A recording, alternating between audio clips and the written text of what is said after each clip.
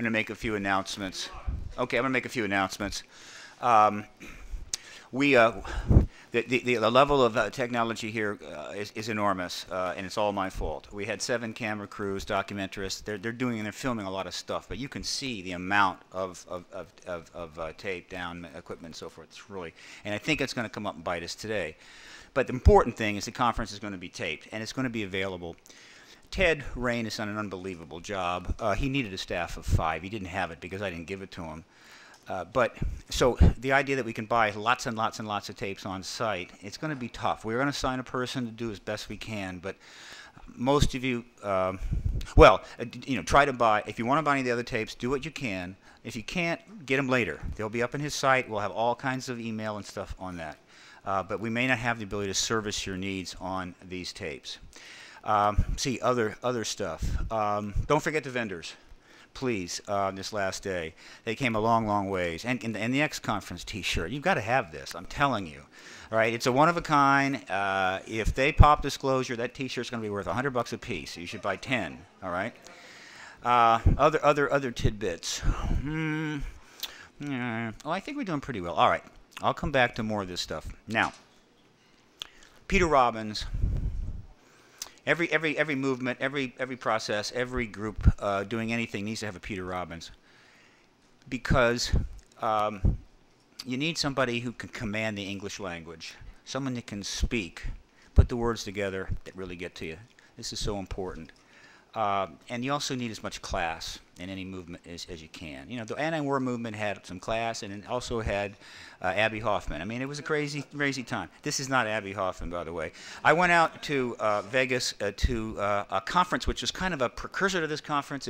It's in the vein of it, and that was the Crash Retrieval Conference put on by Ryan and Robert Wood, who are, of course, here today. And there I heard Peter present on James Forrestal. It was poetry.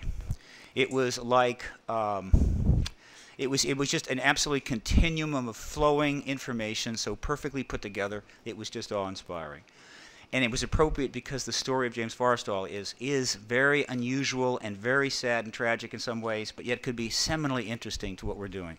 And so I'm hoping that this story becomes a screenplay. I think they may be interested in it for a movie eventually.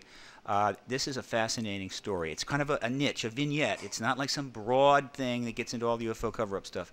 No, it's a little glimpse of one of the hundreds and thousands of events that took place between 45 and now. That the full story is not out because obviously it's not allowed to be out. So my friend Peter Robbins has come down from New York, and I want you to give him a great hand and then listen with rapture.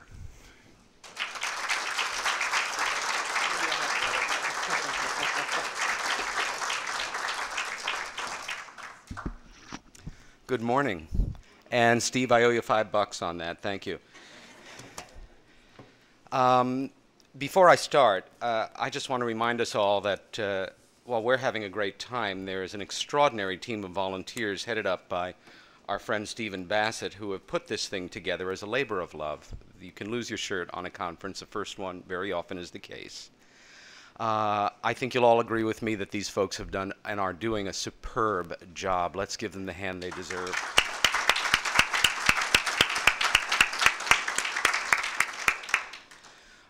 Any of you who have heard me speak in past, I generally work extemporaneously. I know my material, and I'm comfortable in front of crowds. This is only the second or third time in my life that I've had to totally script myself because of the amount of detail. So if I seem to have my nose buried in the papers for some of the talk, I apologize, but it's necessary in this case. James Forrestal was a man whose presence and policies dominated the news from 1940 until 1949.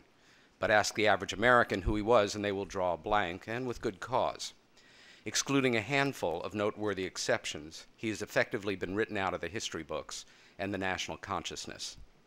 How and why did this quiet purge occur, and how does it relate to the legitimate UFO-related national security concerns of the Truman White House? Did the man who created our modern Department of Defense take his own life, or was it taken from him? If we are to believe the official account, early in the morning of May 22, 1949, He fell to his death from a 16th floor window in the Bethesda Naval Hospital, very close to where we are right now. He was being held there and treated for depression. But this account simply does not hold up under careful study. While the evidence at hand is varied and compelling, it is also circumstantial. Nonetheless, it points toward murder. Forrestal's death was precipitated by a very well-documented and profound nervous breakdown, brought on, no doubt, by combined factors.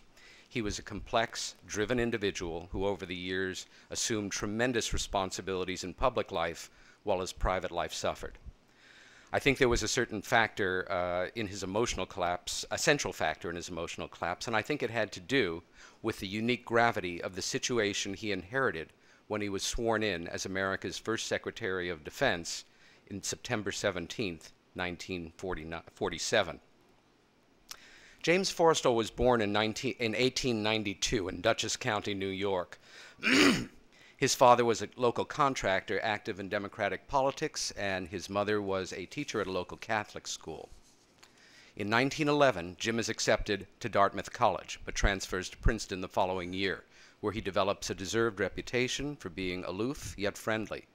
His yearbook refers to him somewhat prophetically as the man nobody knows. He is made editor of the Daily Princetonian and trains to become a competitive amateur boxer. When Jim's nose is broken in the ring, he chooses not to have it reset because it makes him look tougher. Forrestal leaves Princeton 3 weeks before graduating to join the Wall Street brokerage firm of Douglas Dillon. But with the war raging in Europe, he enlists in the Navy in 1916. However, the armistice precludes his seeing action, and he returns to the States and the employee of Douglas Dillon in 1918. He becomes a partner in the firm in 1923 and president in 1926 on Dillon's death. That same year, he marries the beautiful but emotionally troubled Josephine Ogden, a writer for Vogue magazine and a former showgirl who many characterize as also aloof. The couple makes their home on Manhattan's fashionable and exclusive Sutton Place. As the 1920s roar on, James Forrestal's life comes to parallel that of F. Scott Fitzgerald's Jay Gadsby, and that's no exaggeration. This boy from a quiet upstate town in New York is now a fully fledged member of New York society and one of the Wall Street elite, whose social pals now include Dorothy Parker, Robert Benchley, and Gary Cooper. Two of the Forrestal's closest social companions are Arthur Kroc and his wife. Kroc, who will go on to become a distinguished career as a Pulitzer Prize-winning journalist and columnist, will later recall, "I was drawn to Forrestal by the charm of his personality, his independence, and intellectual quality. His zeal, though a Wall Street investment banker, to bring long overdue reforms to the marketplace, and the fierce competitive spirit with which he contended on the golf links and the tennis court and amateur boxing. And when he chose, he could invest any social gathering with a rare degree of wit and gaiety." The party ends in October 1929 when the stock market crashes. Even so, under the savvy leadership of its young president, the brokerage of Douglas Dillon remains in business while most Americans are struggling through the Depression. And over the next dozen years, James Forrestal prospers on Wall Street. Banker Ferdinand Eberstadt is a mentor to Forrestal, and the financier he's also an advisor to Franklin Roosevelt. Eberstadt brings his protege's considerable skills to FDR's attention, and the young banker is invited to join the administration's so-called Brain Trust, a select group of business leaders who advise the president on economic matters. Forrestal takes this call to public service seriously and puts his business life on hold, forever as it turns out, and moves to Washington, where he accepts a salary of $1 a year to be at the call of the President of the United States. In May 1940, he's appointed Undersecretary of Navy and put in charge of overseeing the manufacture and distribution of all supplies for the pre-war Navy. He is soon directing and overseeing the manufacture and flow of all the Navy's war needs, a staggering assignment by any standards, but by all accounts, the Undersecretary does a superb job and seems to thrive in the high-stress atmosphere. When Navy Secretary Frank Knox dies of a heart attack later that year, Roosevelt has Forrestal sworn in as the new Secretary of Navy. It is also in the year of 1940 that he begins to keep a diary. Not wanting to trust anything to memory, it becomes his habit to dictate his daily recollections to a naval secretary at the end of his workday. These entries include particulars on everyone he's met with, the subject of their conversations, and the content of the meetings he attends. He will continue keeping this diary until early 1949.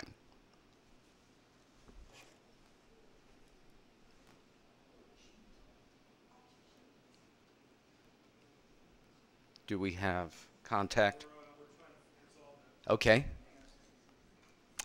No desk jockey or poser, the Navy Secretary puts himself in harm's way on more than one occasion and is present at the battles of Leyte Gulf, the Solomons, and the Normandy invasion.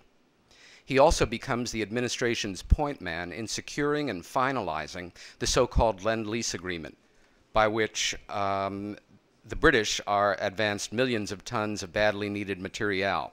He serves with distinction throughout the remainder of the war. This isn't changing slides.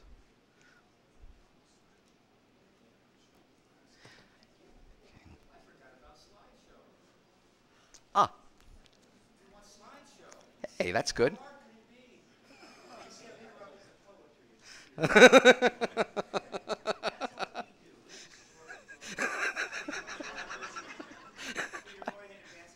I love working for this guy. Okay, young Forrestal. Forrestal at Normandy with Eisenhower. With Fleet Commander Chester A. Nimitz and Rear Admiral Forrest Sherman during the official inspection of the Pacific Fleet in 1945.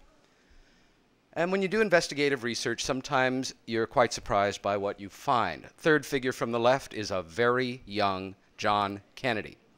In Berlin, in 1945, that summer, with Forrestal. Why was Kennedy there? Well, he wasn't just on PT-109. He was a naval intelligence officer.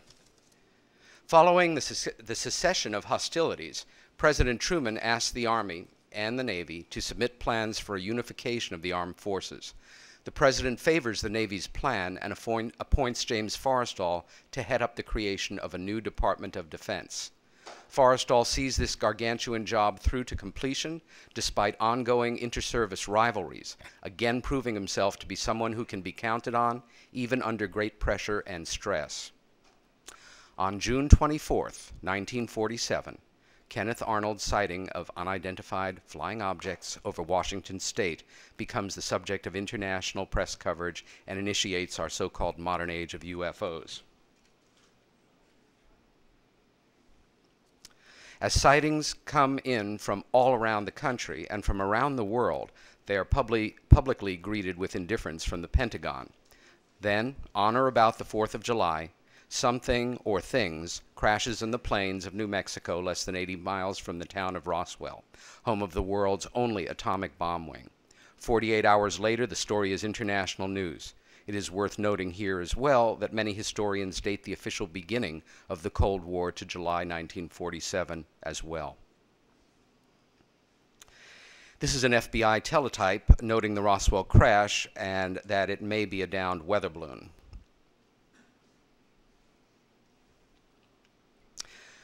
An article that day follows the continuing hunt for discs. July 6, New York Times, warrant officer solves puzzle that baffled superiors. Flying saucer tales pour in from around the world. General Nathan Twining, then commander of Air Materiel Command, makes an unplanned visit to Alamogordo Air Force Army Airfield in New Mexico and remains in the state for 4 days, not all of that time being accounted for.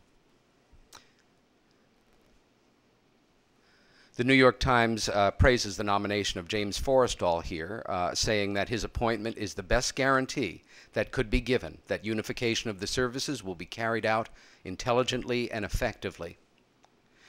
This